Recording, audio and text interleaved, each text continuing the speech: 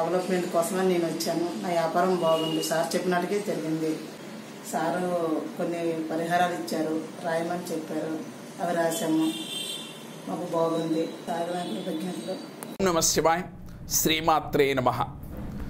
ఎలాంటి నాగదోషములు ఉన్నా, కాలసర్పదోషములు ఉన్నా రేపు బుధవారం రోజున ఇలా చేశారు అంటే మీకు ఆ దోషాలు వెంటనే తొలగిపోతాయి. సహజంగా కాలసర్పదోషము అంటే తొలగింది, కానీ మన జీవితంలో అనేక ఇబ్బందుల నుంచి బయటపడాలి అంటే కాలసర్పదోషం నుంచి మన జీవితంలో పనులకి ఎటువంటి ఆటంకాలు లేకుండా చేసుకోవాలి అంటే రేపు బుధవారం రోజున ఇలా చేసి తీరాలి. నాగదోషాలు తొలగిపోతాయి, ఇది అందరికీ తెలిసిన విషయమే. అయితే రాహుకేతు దోషములు ఉన్నప్పటికీ కూడా వాటిని కూడా మనం తొలగించుకోవాలి అంటే రేపు బుధవారం రోజున ఏ గుడిలోనైనా, ముఖ్యంగా శివాలయంలో అయితే చాలా అద్భుతం, శివాలయంలో నాగప్రతిష్ఠలు చేసి ఉంటాయి, అందరికీ తెలిసిన విషయమే.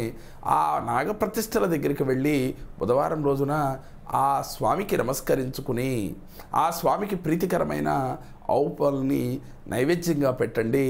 అలాగే తోక భాగమున తెల్ల జిల్లేడు ఆకులను తీసుకువెళ్ళండి. తీసుకువెళ్ళి ఈ జంట పడగలేక తోకల వద్ద రెండు ఆకులు తెల్ల జిల్లేడు ఆకులు పెట్టండి.